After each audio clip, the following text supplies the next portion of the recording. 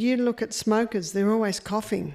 Yeah, they're going to cough. And even when they stop smoking, they'll cough for a couple of years because little by little the body lets it go.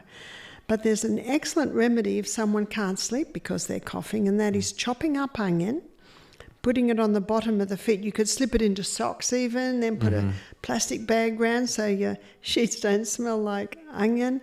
Right. And that's very effective at stopping night coughing.